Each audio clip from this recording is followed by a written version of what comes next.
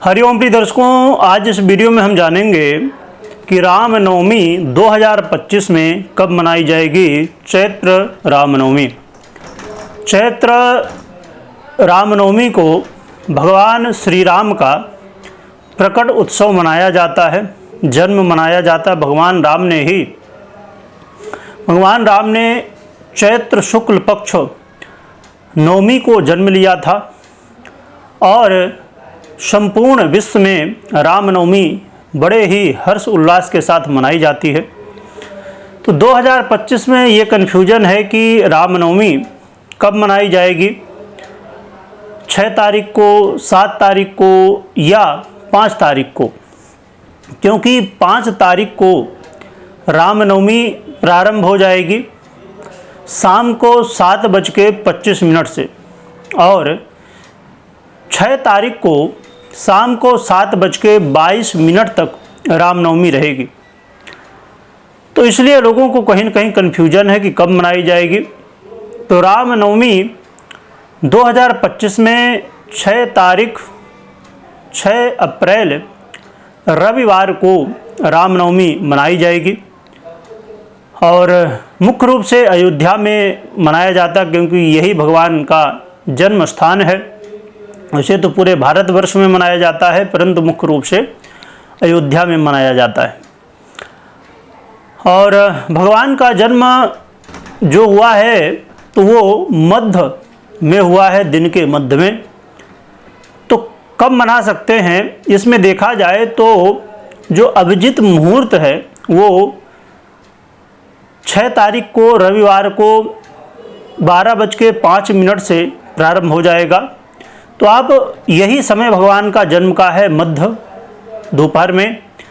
तो आप दोपहर में यानी कि 12:05 या 12 बजे भी मना सकते हो, इसे 12:05 में मनाएं तो और भी अच्छा है, क्योंकि अभिजित मुहूर्त आ जाएगा। तो आप 12 बजे यानी कि मध्य दोपहर में मना सकते हैं। कैसे मना सकते हैं, इसके लिए आप सुबह स्नान आदि से निवृत्त हो जाएं और फिर मध्याह्न काल में भगवान राम की आपके पास मूर्ति है, फोटो है, जो भी आपके पास उपलब्ध है, तो आपके पास यदि मूर्ति है तो मूर्ति को स्नान आदि कराएं। स्नान के लिए जल से स्नान करा सकते हैं, पंचामृत से स्नान करा सकते हैं और वस्त्र आदि जो भी आपके पास उपलब्ध हों तो भगवान को पहना दें और तिलक चंदन करें। और भगवान राम को ऊर्ध्वपुंड चंदन लगता है, जैसे आप मेरे मस्तक में देख पा रहे होंगे, और सभी लोग जानते हैं कि भगवान राम को ऊर्ध्वपुंड लगता है। तो वैसे यदि संभव हो तो आप चंदन लगा सकते हैं। और भगवान राम को सफ़ेद चंदन लगता है और लाल चंदन लगता है, बीच में जो श्री होती है, या तो ना हो तो फिर पीला चंदन भी आप यूज कर सकते हैं। और वैसे तो हमेशा प्रायः चंदन मिल जाते हैं बहुत ही आराम से सभी घरों में, जितने भी सनातनी हैं सभी के घरों में। और अपने घर में आज के दिन, रामनवमी के दिन, आप झंडा भी राम जी का, राम नाम का लगा सकते हैं अपने घर में, अपने मंदिर में।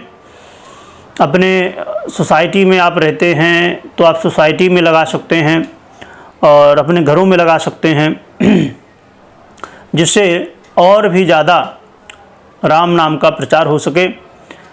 और साथ में कैसे पूजा करें, तो एक तो आपको स्नान आदि कराना है, तिलक चंदन करना है नॉर्मली, बाकी तो पंचोपचार, दशोपचार, षोडशोपचार जितना आप करना चाहें, परंतु नॉर्मली इतना आप कर ही सकते हैं कि तिलक चंदन कर दें, पुष्प आदि जो आपके पास वो चढ़ा दें। और ख़ासकर भगवान राम की पूजा में तुलसी विशेष रूप से चढ़ाई जाती है, तो अवश्य ध्यान रखें कि आपको तुलसी जो है तो भगवान राम को भी चढ़ाना है और भोग जो लगाएंगे भगवान राम को वो भी, उसमें भी तुलसी डालना चाहिए। और भोग में जो भी आपके पास फल इत्यादि उपलब्ध हो, आप पंजीरी बना सकते हैं। जैसे सत्यनारायण भगवान की पूजा में पंजीरी बनती है आटे की, तो वो बना सकते हैं। और केला हो, पीले फल हों, तो ये सभी आप भोग लगा सकते हैं भगवान राम को, जो भी आपके पास उपलब्ध हो। ऐसा नहीं कि फल ही लगाना है कि, अब देखिए उपलब्ध हैं तो बहुत ही अच्छी बात है, नहीं है तो जो भी आपके पास उपलब्ध हो वो आप भोग लगाएं। लहसुन प्याज ना रहे भोजन में, ऐसा भोजन भी आप भोग लगा सकते हैं भगवान को। और खूब सजा सकते हैं। आपके पास जो भी सजाने के लिए हो, फूल हो और भी कुछ चीज़ें हों, तो आप मंदिर को सजा सकते हैं बढ़िया। अपने घर को भी सजा सकते हैं, दरवाजे को सजा सकते हैं।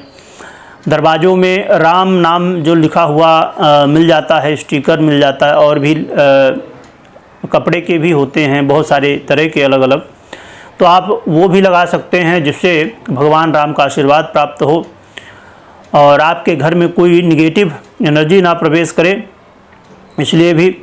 और भगवान राम की पूजा में भोग का हमने समझ लिया, विशेष रूप से तुलसी का ध्यान रखिएगा।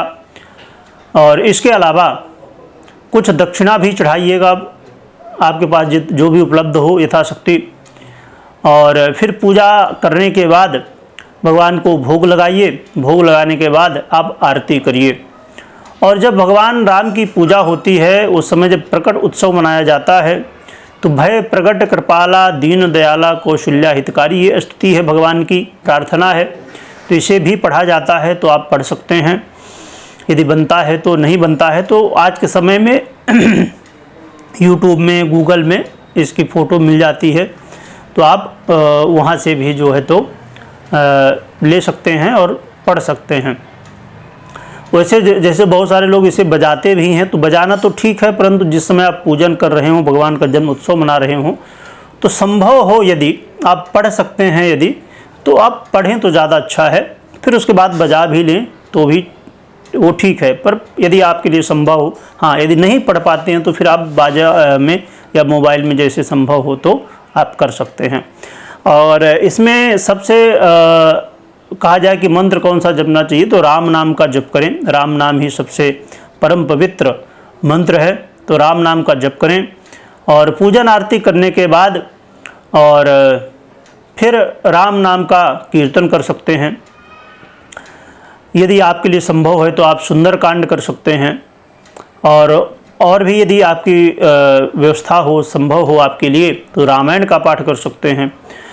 पूरा रामायण का पाठ कर सकते हैं यदि आपके लिए संभव है। नहीं है तो 1 दोहा, 2 दोहा, 5 दोहा, जो भी है ना, 1, 3, 5, 11, 21, जो भी संभव हो आपके लिए, तो उतना आप रामायण का पाठ कर सकते हैं। कुछ नहीं तो हनुमान चालीसा कर सकते हैं। वो भी नहीं हो सकता तो हमने जो पहले समझा कि राम नाम का जप तो कर ही सकते हैं। तो इस तरह करके राम जी का उत्सव और भी जितना धूमधाम से आप मना सकते हैं, जितना आपके पास समय है, व्यवस्था है, तो आप जितना धूमधाम से मनाएं। जैसे हमारे घर में जब कोई बालक उत्पन्न होता है तो हम बहुत धूमधाम से मनाते हैं। जितना आप कर सकते हैं तो करें। और कहीं आसपास मंदिर हो तो वहाँ जाएं, भगवान के दर्शन करें, घर में पूजन करें और अपना समय भगवान की सेवा में, भजन कीर्तन में निकालें। इससे भगवान की कृपा प्राप्त होगी। और यदि कोई कन्फ्यूजन है तो आप कमेंट भी कर सकते हैं। वैसे कोई कन्फ्यूजन नहीं, क्योंकि पूरी दुनिया जानती है और कैसे भगवान की सेवा करना है, क्या कैसे करना है, जो कि शास्त्रों की कुछ विधियां हैं, परंतु सबसे सरल विधि है हम जितना जानते हैं। क्योंकि भगवान ये चाहते हैं कि आप भाव से पूजा करें। विधि कुछ रह भी गई तो भगवान को इससे कोई फर्क नहीं पड़ता। हाँ, हमें विधि से जितना हो सके करना चाहिए, परंतु भावना सबसे प्रधान है। तो खूब आनंद से पूजन करिए और भगवान का राम नाम खूब जप करिए। कमेंट में भी जय श्री राम लिखिए। वीडियो देखने के लिए बहुत बहुत धन्यवाद।